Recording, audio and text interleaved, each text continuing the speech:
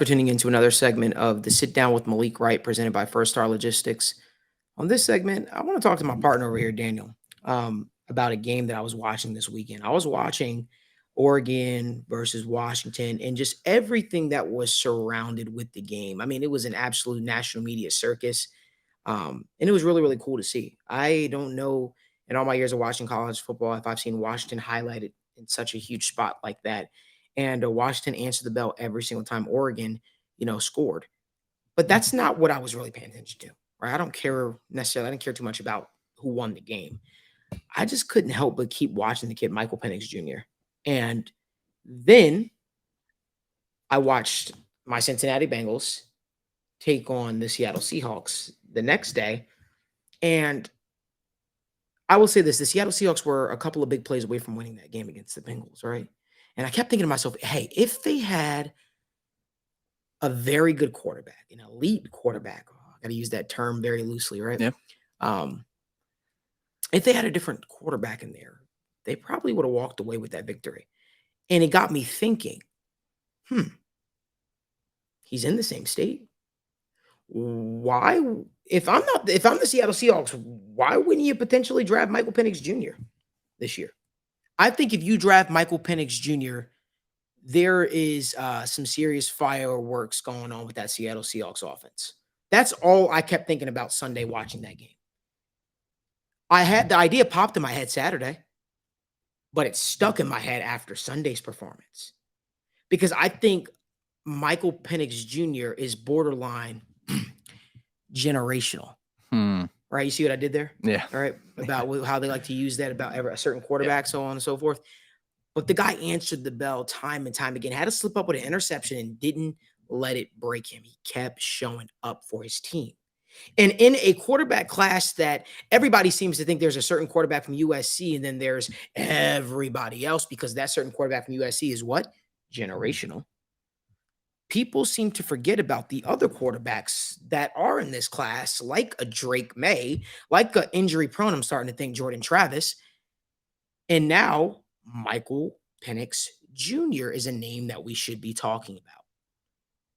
And if I'm the Seattle Seahawks, he is who I'm having plastered on our board and we're staring at. He's in the exact same state as us. So guess what? It ain't too much but a skip, hop, and a jump away. You can go look at him and see everything that you need to see. But for me, Michael Penix Jr. is a guy that I think that would take the Seattle Seahawks football team to the next level. He would get the most out of a guy like DK, the Diva Metcalf. He would get the most out of a Tyler Lockett. He'd get the most out of JSN. He would get the most out of Kenneth Walker. He'd get the most out of the Seahawks football offense, is what I believe.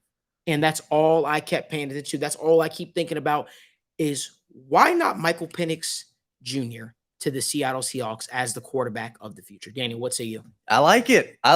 Talking about Michael Penix as a prospect first, there is a difference between like his play style versus Caleb Williams. And this is the same thing with the NFL, where it's Caleb Williams is going to do it outside of the structure. Caleb Williams is the guy that's going to make those flashy plays. Michael Penix's game, in my opinion, is quick release. It's fast twitch. It's timing. It's precision. That's his game, right? You go back. I also was a huge fan of him at Indiana. He was a raw prospect there. He definitely had some interception issues over there. But the same thing, man, he can rocket the ball down the field. He's timing. He's precise. He's accurate.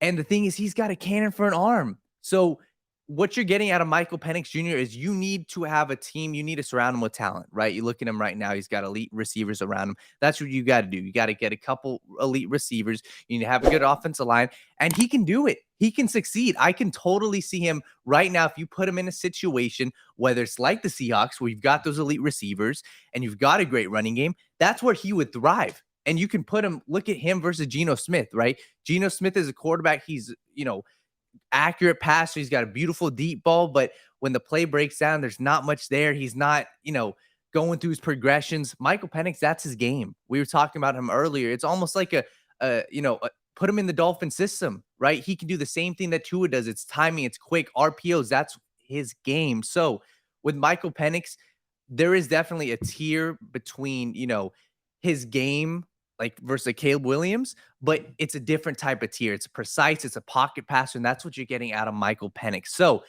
I am 1000% penciling him right now as a top 10 pick. He's a top 10 pick. He's a guy where I truly believe can go into an NFL organization with talent around him and he can succeed. The talent, I'm not quite sure, what his full ceiling is, but I'm telling you, if you give him elite weapons like the Seahawks, I can 1000% see him being their franchise quarterback. And he's proven it the past 2 years. Let me ask you a question. Do you think his ceiling's higher than a Geno Smith? Yes, 1000%. Right, okay. Yes. So by that metric, Geno Smith is a guy that took the Seattle Seahawks to the playoffs, yes. right? And that was it. Yeah. I think a lot of people was drinking the lemonade this year of, Geno Smith being the guy for the Seattle Seahawks. He's put up fine numbers. He looks good, but that's just it. Yep. There's nothing more. You know what you're getting with Geno Smith. You're just getting production. You're getting a guy that can, if he has the talent around him, they can uplift him and help him play better. It's not a lot of him uplifting them necessarily.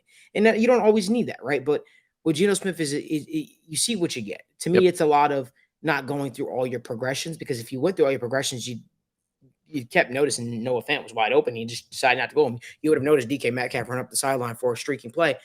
But I think if you get younger blood in there, younger juice in there, a guy that I think has a higher ceiling than a Geno Smith, such as Michael Penix Jr., I think the Seattle Seahawks, their championship window, right? Because that's sort of what they're in right now. I think that it opens widely. I think you're not going to win with Geno Smith. 1000%. And once again, you just have to look at the prospect, and he is an amazing quarterback in what he does, right? It's timing, it's quick, it's precise. Build around that. Don't try to do too much. Don't try to have him, run an RPO. Don't try. That's not his game. He's a fine runner. He's not an elite runner. So work around his game. Once again, I point to the Dolphins. That's a perfect example. You got 2 elite receivers. You have a ton of motion. You have a good running game, and you've got a quarterback that can go through his progressions, and it's timing. Obviously, Tua's not an elite quarterback, but what does he do in that system? He looks elite. Michael Penix Jr. can be elite in the right system with good weapons. Yeah, I've just been very, very impressed with him. And I just think, this is no knock to any of the quarterbacks in the class. I just feel like there's a stigma going on that there's this one quarterback in the class and there's everybody else. And I just don't think it's necessarily that just cut and dry, if you will. I think Michael Penix Jr. is a real gamer, and I think he can help change the face of Seattle football. I really believe that, man. But I'm really curious to what you guys think. If you guys think Michael Penix Jr. will be a great fit for the Seattle Seahawks, let me know in the comment section. Do you guys think I'm crazy? Do you think that Michael Penix Jr. is just a product of the system at Washington, or he's just a good college quarterback that is finally starting to hit the stride after years of injuries and going through a lot of ups and downs? Let us know in the comment section. If you like more video content like this, give this video a like, subscribe to the YouTube channel, and do us a favor, turn on post notifications so you guys don't miss when we go live from the First Star Logistics studio.